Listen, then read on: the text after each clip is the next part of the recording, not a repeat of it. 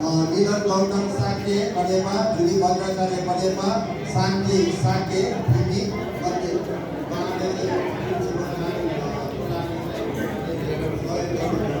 त्यस्तै अब एक हातले तालिम गर्दैन हैन सायद मलाई यो बलितावासीहरूले चाहिँ के भन्छ राम्रोसँग चिनिसक्नु भयो होला है यहाँ आएको लगभग चाहिँ के भन्छ 4 वर्ष भयो यो 14 हैन 4औं वर्षावास भयो तर मेरो मनको कुरा चाहिँ अझ पनि तपाईहरुलाई भन्नु बाँकी छ है अब यो दुईटा चाहिँ ध्यान दिएर सुन्नु होला एउटा मनस्थिति लिएर आएको छु म एउटा माध्यमबाट हो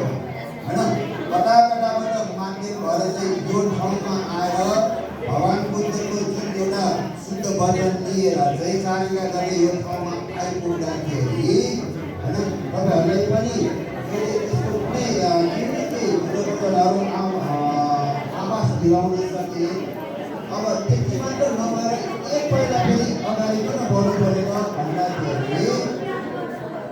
हरेक सिचुएसनमा हरेक तपाईहरुको चाहिँ यो परिस्थितिमा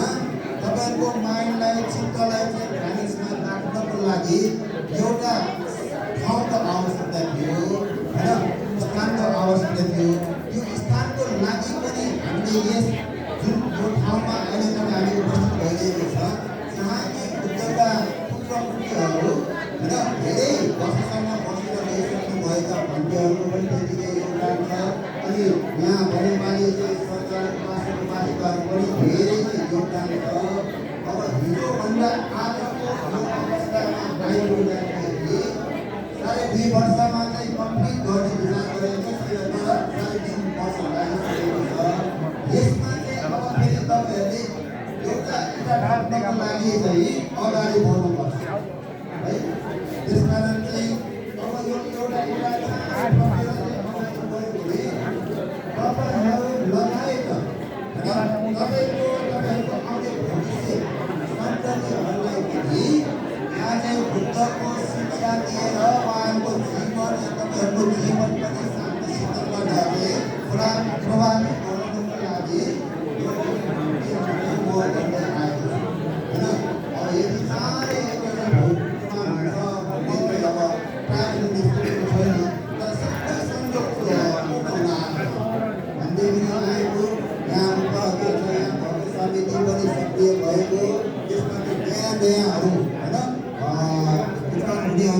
हरेक क्षेत्रमा चाहिँ विभाजित भएर अलिकति एक्सपिरियन्स बटुलेर चाहिँ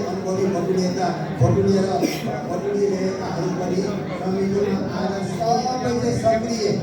हैन भएर चाहिँ चाँडै भएको छ र भविष्यमा चाहिँ तपाईहरुलाई यो आदि पाठ हैन त्यसकारण यो सबभर चाहिँ यसलाई चाँडैभन्दा चाँडै चाहिँ सम्पन्न गरेर चाहिँ तपाईहरुलाई नै यहाँ बुद्ध शिक्षा अनुसार बौद्ध संस्कार अनुसार गर्ने धेरै योजनाहरू छ है सबैभन्दा पहिला त एउटा त के भन्छ भगवान बुद्धको पुत्रपुत्रीहरूको एउटा सङ्घको आधार दिनुपर्छ त्यो आधार लिएर तपाईहरुलाई यो भविष्यमा यहाँ हुने योजना के छ त भन्दाखेरि एउटा चाहिँ भावना है मेडिटेसन सबैभन्दा पहिलो प्राथमिकता मेडिटेसन छ हैन त्यस पछाडि हाम्रो चाहिँ बौद्ध बुद्ध शिक्षा चाहिँ हुँदै जान्छ सार्वजनिक छ अनि कोही पनि यहाँ चाहिँ लाइब्रेरी पनि बनेछ हैन अनि फेरि कोही भन्दा चाहिँ यहाँ आफूले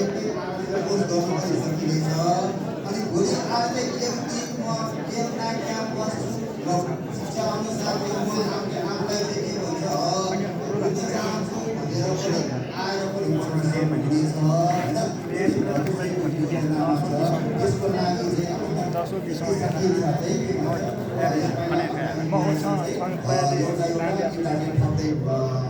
गर्नुहोस् भन्ने पनि म चाहिँ भन्न चाहन्छु र अवस्थामा यो साहित्य समूहको सबै प्रतिनिधि हो अन्तिम अवस्थामा पुनः गर्ने बेलामा 2000 ठ्याक्कै सिलो